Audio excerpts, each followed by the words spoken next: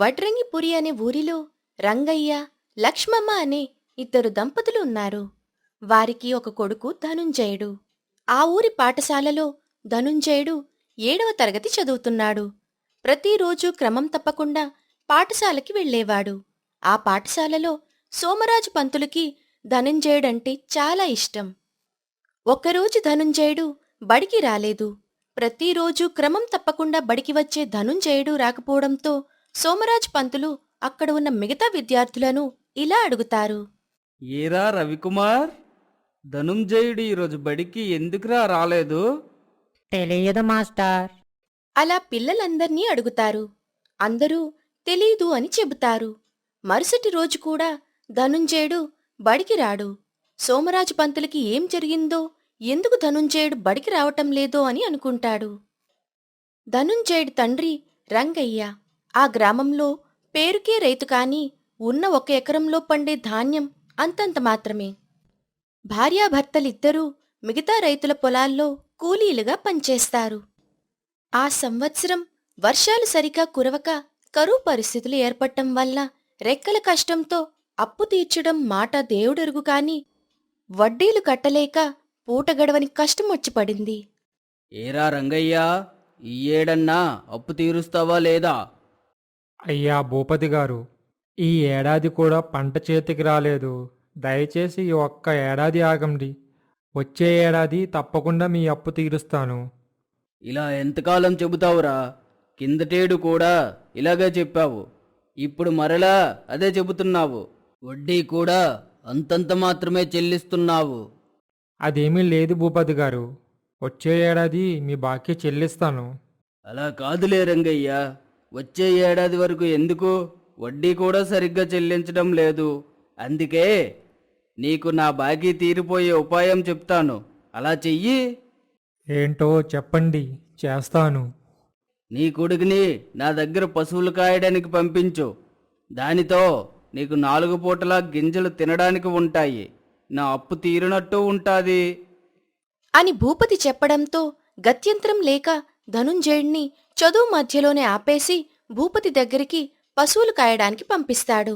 ఈ విషయం తెలుసుకున్న సోమరాజు మాస్టారు రంగయ్య ఇంటికి కోపంతో వెళ్తారు. మాస్టారు రంగయ్య ఇంటికి వెళ్లేసరికి అప్పుల వాళ్లు రంగయ్యను నిలదీస్తుంటారు.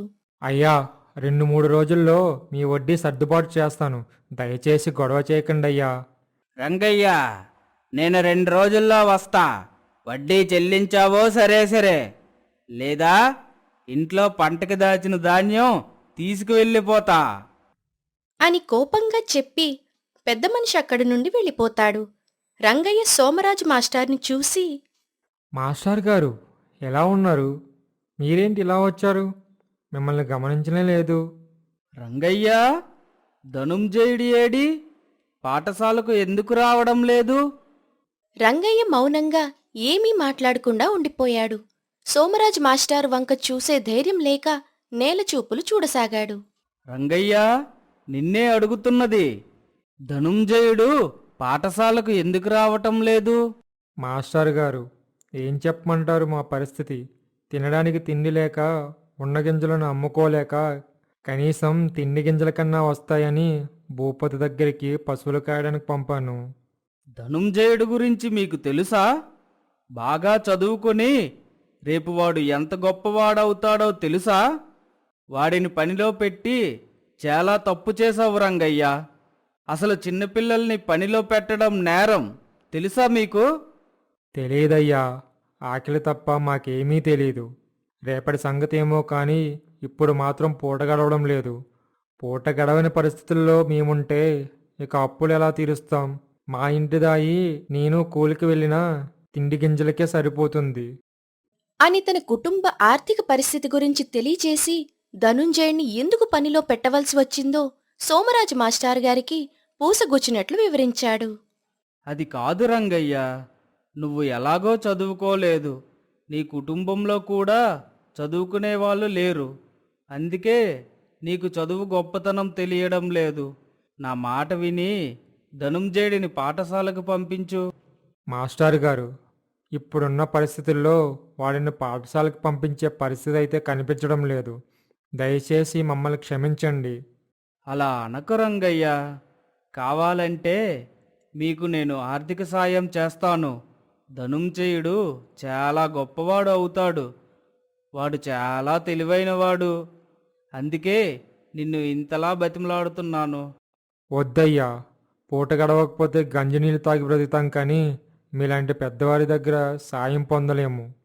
సోమరాజు మాస్టారు చేసేదేమీ లేక రంగయ్యను ఒప్పించలేక నిస్సహాయంతో అక్కడి నుండి వెళ్ళిపోదామని అనుకుంటాడు. వెళ్ళిపోదామని లేచి ఆ పక్కనే అరుగుపై ఉన్న బస్తాలను చూస్తాడు. రంగయ్య, అరుగుపైన ఉన్న బస్తాలు ఏమిటి? అవి వచ్చే పారుకి చేలో వేయడానికి విత్తనాల కోసం దాచిన ధాన్యమయ్యా. ఆ మాట వినగానే సోమరాజు మాస్టారికి రంగయ్యను ఒప్పించడానికి మరొక మార్గం దొరికినట్లయింది. పూట గడవడం లేదు అంటున్నావే, అక్కడ అన్ని బస్తాల ధాన్యం ఉంది. నువ్వు దాచిన ధాన్యంలో కొంత ధాన్యాన్ని తీసి వండుకొని తినొచ్చు కదా. మీకు తెలియనిదేముంది మాస్టర్ గారు, అవి విత్తనం కోసం దాచిన ధాన్యం. దాన్ని తింటే రేపు తొలకరికి చేలో విత్తనాలు ఏమి వేస్తాము? అంతలో పశువులు కాయడానికి పోయిన ధనుంజయుడు ఇంటికి వస్తాడు. మాస్టారుని చూసి దగ్గరికి పరిగెత్తుకుని వచ్చి, మాస్టర్ గారు ఎలా ఉన్నారు? బాగున్నారా? పాఠశాలలో నా స్నేహితులందరూ బాగున్నారా? సోమరాజు మాస్టారు ధనుంజయుడిని దగ్గరికి తీసుకొని తల నిమురుతూ రంగయ్యను అతని భార్యను కూర్చోమని చెబుతాడు. చూడు రంగయ్య, పిల్లలు పుట్టగానే వాళ్ళు మనకే సొంతమనే భ్రమలో ఉంటాం. దాదాపు వాళ్ళని మన ఆస్తిలో భాగంగా భావిస్తాం. వాస్తవానికి పిల్లలు జాతీయ ఆస్తులు. 1 ఎకరం పొలమున్న నీవే విత్తనం గింజల్ని ఇంటిలో ఇంత జాగ్రత్త చేస్తున్నావే, మరి జాతీయ ఆస్తులైన ఈ పిల్లలు కూడా విత్తనం లాంటివారే. వారిని మరింత జాగ్రత్తగా పోషించాలి. నువ్వు పొలంలో విత్తనం వేస్తే మొలిచే మొక్క ఏ కాయ కాస్తుందో నీకు ముందే తెలుస్తుంది. కానీ ఈ పిల్లలనే మొక్కలు పెరిగి పెద్దవారై జాతికి ఎటువంటి ఫలితాలు అందిస్తారో మనం కనీసం ఊహించను కూడా ఊహించలేం. నీ కొడుకు చదువుకుంటే చాలా గొప్పవాడవుతాడు. వాడి మీద నాకు చాలా నమ్మకం ఉంది. నా మాట విని రేపటి నుండి వాడిని బడికి పంపించు. ఆ మాటతో రంగయ్య మెత్తబడ్డాడు. అతని మనసు సమాధానపడ్డది. భవిష్యత్తు పట్ల చిన్న ఆశ కలిగింది. ఎంత కష్టం కలిగినా పిల్లవాడిని పని మాన్పించి బడికి పంపాలని దృఢంగా నిశ్చయించుకున్నాడు. అయ్యా మాస్టారు, రేపటి నుండి ధనంజయుడు మీరనుకున్నట్టుగానే పాఠశాలకు వస్తాడు. మాకు ఎంత కష్టమొచ్చినా వాడిని చదువును మానిపించం. చాలా సంతోషం రంగయ్య. నువ్వు చూస్తూ ఉండు. నువ్వూహించినంత గొప్పవాడవుతాడు ధనుంజయుడు. అప్పటి నుండి ధనుంజయుడు పాఠశాలకు ఒక్కరోజు కూడా మానకుండా వెళ్తాడు. ఇలా కొద్ది రోజులు గడవగా రంగయ్య ఇంటికి భూపతి వస్తాడు. ఏరా రంగయ్య, నీ కొడుకుని పనికి ఎందుకురా పంపించడం లేదు? అయ్యా భూపతి గారు, నా కొడుకు ఇక నుండి మీ దగ్గరికి పనికిరాడు. వాడు పాఠశాలకి వెళుతున్నాడు. మరి నా అప్పు సంగతేమిటి? మీ అప్పు కూడా త్వరలోనే తీర్చేస్తాను. అప్పటి వరకు విత్తనాల కోసం దాచిన ధాన్యం తీసుకుని వడ్డీ జమ చేసుకోండి. అలా రంగయ్య తన దగ్గర ఉన్న 1 ఎకరాన్ని కూడా అమ్మి అప్పులు తీర్చేస్తాడు. ఇలా కొద్ది సంవత్సరాలు గడవగా ధనుంజయుడు సోమరాజు మాస్టారు అన్నట్లుగా రంగయ్య ఊహించినంత గొప్పవాడు అవుతాడు.